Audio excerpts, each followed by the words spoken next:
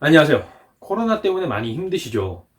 이 시기를 같이 타개하기 위해서 정부와 지자체에서 재난 기본소득 혹은 생활금을 지원한다고 이야기하고 있습니다.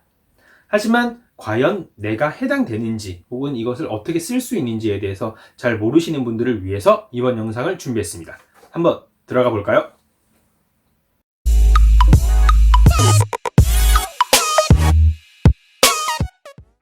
지금부터 간단하게 재난 기본소득이라고 말씀드릴게요.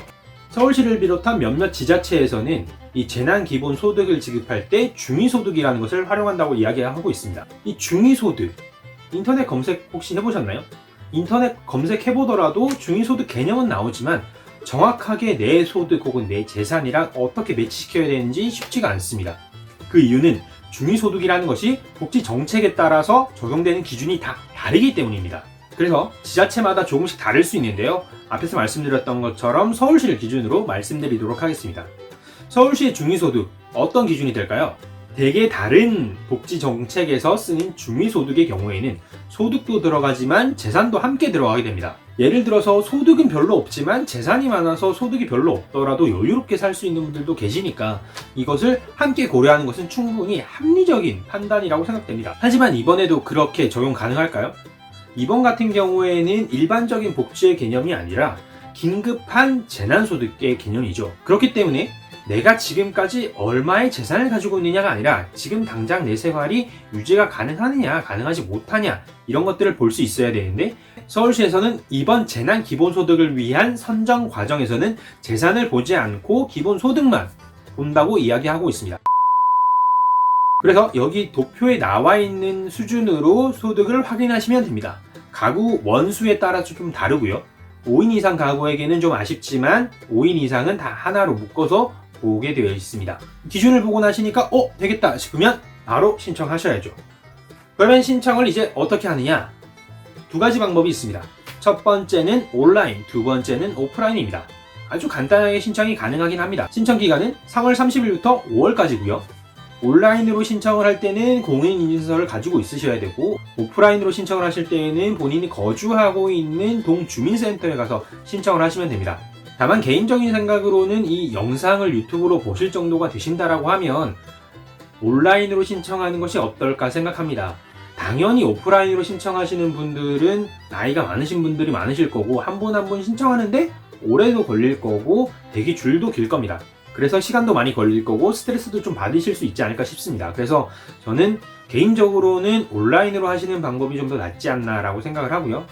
시간이 충분히 넉넉히 있으니까 공인인증서가 없으시다고 하면 이번 기회에 한번 공인인증서를 어떻게 만드는지 찾아보셔서 이용해보는 것도 괜찮지 않을까 싶습니다. 코로나를 타개하기 위한 복지정책을 수행하는데 대기줄에 기다리면서 코로나의 위기에 노출되는 것은 좀 아이러니하니까요. 그리고 이 신청을 할 때 알아둬야 할 것 중 하나는 이 신청이 매일매일 언제나 가능한 것은 아닙니다. 우리가 마스크 살 때랑 동일하게 요일이 지정되어 있습니다. 태어난 연생이 언제 신청할 수 있는 요일이 있다 이런 것처럼 지정이 되어 있는데요. 예를 들면 1941년생, 51년생, 60일, 70일, 80일, 90일, 2001년생 이런 1년으로 끝나시는 분들 같은 경우에는 월요일 혹은 가장 베이비부머 세대가 많은 58년생 개띠 같은 경우에는 수요일 이처럼 각자 정해진 요일이 있으니까 해당 요일에 오프라인 혹은 온라인으로 신청 가능하시고요. 기억해주세요. 온라인도 요일이 지정되어 있습니다. 이런 거 무시하고 온라인으로 엄청 노력했는데 마지막에 갔더니 당신의 신청이 오늘이 아닙니다 라는 메시지가 뜬다거나 오프라인에서 한 2시간 기다려가지고 접수할 때 됐는데 그때서야 오늘 접수하는 날짜가 아니신데요 이렇게 되면 굉장히 피곤해지니까 이런 거는 미리 유념해 두시길 바랍니다. 그리고 하나 더 팁이 있습니다. 만약 거동이 불편하신 분이 계시거나 혹은 장애가 있으신 분이 있으시다라고 하면 동주민센터에 전화를 하시거나 다산 콜센터 120에 전화를 하시게 되면 각 동주민센터에서 와서 신청하는 절차를 도와드린다고 하니까 이것도 함께 알아두시면 좋을 것 같아요. 자, 이제 신청을 했으면 저희가 신청한 걸 좀 누려야 되지 않겠습니까? 신청을 하고 나서 무엇을 받을 수 있냐? 두 가지 형태로 받을 수가 있습니다. 바로 서울사랑 상품권이라는 형태로 받을 수가 있고요. 이것은 모바일로 이용하는 상품권입니다. 그리고 두 번째는 선불카드입니다. 이 첫 번째로 준다라고 했던 서울사랑 상품권 같은 경우에는 혜택이 있습니다. 바로 10%를 더 준다는 것입니다. 가구별로 지원해주는 금액이 이렇게 나와 있는데요. 10%를 더해준다는 것은 1인 가구로 예를 들자면 원래는 30만원 지원 금액인데 30만원에 3만원의 금액을 더해서 33만원의 금액을 이용 가능하게끔 상품권을 지급한다는 것이죠. 다만 이용에 있어서 모바일 상품권이기 때문에 제로페이 이용 가능한 상점에 가서 이용해야 된다는 점이 있습니다. 하지만 걱정하지 말자고요. 제로페이의 이용 가맹점이 굉장히 늘어났습니다. 대형 유통사가 끼어 있다는 점에서 굉장히 이용이 편리하지 않을까 생각합니다. 이마트나 홈플러스도 이용 가능하고요. 편의점인 CU, GS, 미니스톱 이런 대형 유통사, 편의점 이런 것들이 이용 가능하니까 제로페이 형태로 받아서 10% 더 받아서 쓰는 것이 좀 더 좋지 않을까 생각합니다. 다만 이렇게 신청하고 나서 유의할 점이 있습니다. 두 가지인데요. 첫 번째로는 환수될 수도 있습니다. 이번 정책 같은 경우에는 긴급성으로 지원을 하는 정책이기 때문에 먼저 선별하는 것이 아니라 돈을 먼저 지급을 하고 그 후에 선별하는 과정을 거치게 됩니다. 그렇기 때문에 비용이 지급되고 난 다음에 지급되면 안 되는 대상이었다 라고 한다면 환수 조치가 될 수 있는데요. 환수 조치의 기준은 앞에서 말씀드린 이 소득 기준과 동일합니다. 지급 같은 경우에는 신청하고 나서 일주일이 걸리고 환수하는 것은 검사하는 기간이 필요하기 때문에 한 달 정도 걸린다고 합니다.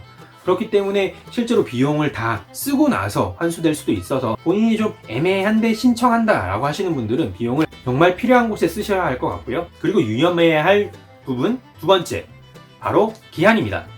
대부분의 지금 이렇게 재난기본소득으로 지급되는 것들이 사용 기한을 가지고 있는데요. 서울시에서 제공하는 것도 사용 기한이 있습니다. 바로 6월 말까지입니다. 6월 말까지라는 점은 분명히 이해하고 꼭 기억해 두셔야 할 것 같습니다. 이번에 알아본 정책은 서울시의 스마트한 생활정책. 서울시에서 이렇게 발표하긴 했지만 타 지역인 중위소득을 활용하는 이런 지역들에서도 서울시와 유사한 형태로 지원하고 환수를 하는 조치라거나 기한에 대해서도 가져갈 것 같습니다. 다른 지역에 거주하시는 분들께서도 신청을 하실 때 이런 부분들을 유념을 하셔서 혹시 한 번 더 확인해 보시고 이용을 하시는 것이 어떨까 생각합니다. 생활정책의 컨텐츠가 좋았다면 좋아요와 구독 부탁드리고요. 다음에도 좀 더 우리와 가까운 정책을 어떻게 이용하면 될지에 대해서 알아보는 시간을 갖도록 하겠습니다. 감사합니다.